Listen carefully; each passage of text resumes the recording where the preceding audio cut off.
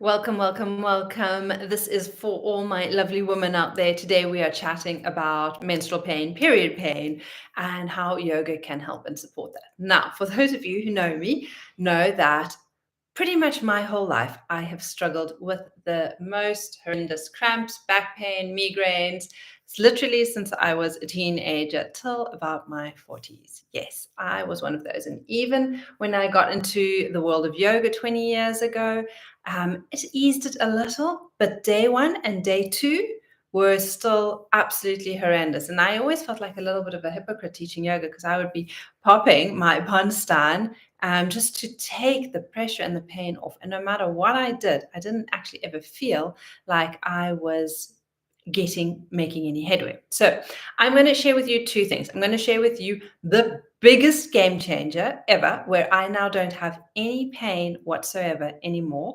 Okay, maybe that's an over exaggeration, but let's just say the pain has gone down to about 85-90%. Now, anything over 50 I would have been happy with that. I don't have to take tablets anymore, which is amazing. So I'm going to share that.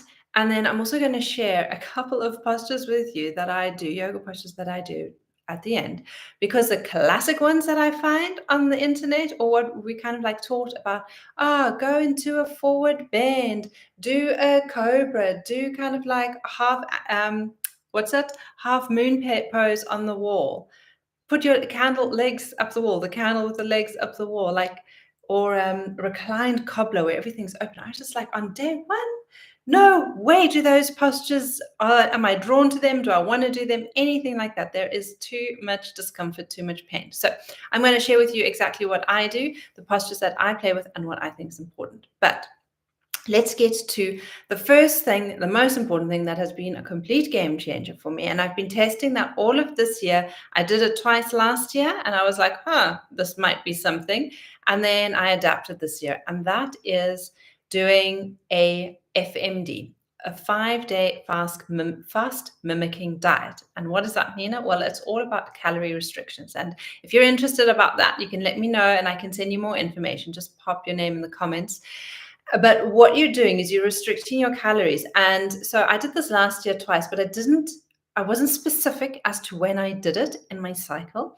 And so now I do it kind of like 2 days before and maybe 2 days like into it, like until I feel like the main pain is subsided and gone and that it's not going to return. I'll probably, so kind of like in between, like I would say kind of like in between 2 to 5 days is what I do. And just by doing that calorie restriction to either like the 500 or 600, I don't go crazy. I think it also helps me stay away from kind of like the wheat, the bread, anything sugary. It really makes you focus and it allows your body to detox. So the biggest things that I've realized is that I don't have that terrible like period diarrhea anymore. I don't have that intense back pain. I don't have intense cramps. My periods aren't as heavy anymore. And so hopefully just being made aware of this option is really, really helpful, because I know that, we always want to work towards like, is there a breathing practice? Is there a yoga posture I can do just to ease it? And actually, there isn't.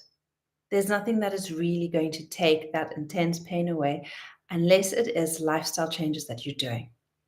And this is one of them. Again, as practice is not for everyone, especially for those of you who have like already super low on weight, or have any eating disorders or anything like that. You want to stay away from a practice like that. But for those of you who have normal body weight, maybe even if there's a little bit of excess padding, this can be so helpful. And for me, it was a game changer. I talk about it a lot in my seasonal reset when the question comes up. So if you are struggling and you want a little bit of support, then signing up and joining my 7-day seasonal reset, which I do 4 times a year, you get lifetime access to that, could be a way forward for you, just so that you know that you're not alone in this and that there's someone who's been there, done it, and have seen the outcomes. And so what I want to share about this for this year is that I did it in January and I felt fine. I didn't do it in February because I was traveling and I had a terrible period. I did it in March and April and I was fine.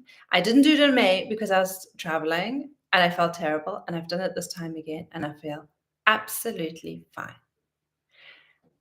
And that is a fantastic place to be in. So I know that for me, my diet plays a key role in impacting how I feel. So I did tell you I was going to share with you a little bit more on the yoga side. So let's get there now.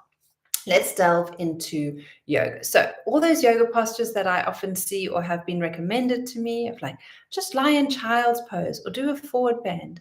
On my first 2 days of my cycle, that is not what I want to do at all. What I don't mind doing is going into like a frog-like posture where my knees are a little apart. Forward, I will not go all the way down, but I rest on my forearm so that I'm elevated and I don't have that pressure on my abdomen because my abdomen really does not want to have pressure on it.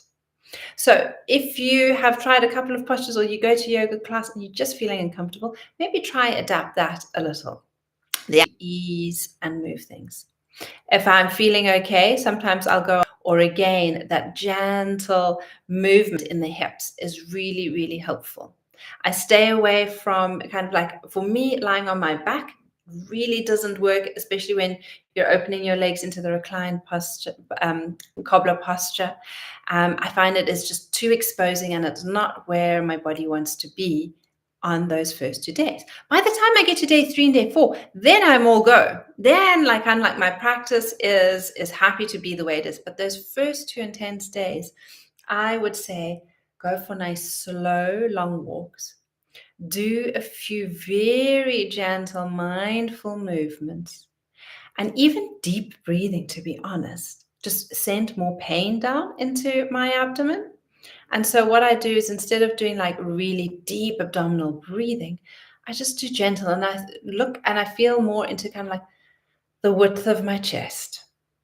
And I don't take the focus down into the abdomen at all. So those are my tips. I would love to know from you guys what your go-to postures are or have been in the past. For those of you who may be perimenopausal, menopausal, or postmenopausal, it'll be so nice to hear which kind of postures have worked for you. Pop those in the comments because it's really helpful, because these are things that have worked for me.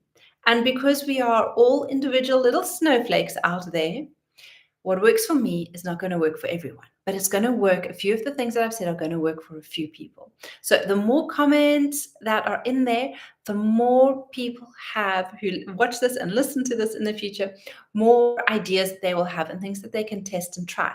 And also remember that as you and your body evolves and kind of like shifts and changes, different postures are going to probably feel better for you different times. So don't be scared to go back to them. I'm always, when I'm on my mat, playing around with other postures and being like, oh, this feels really good at the moment.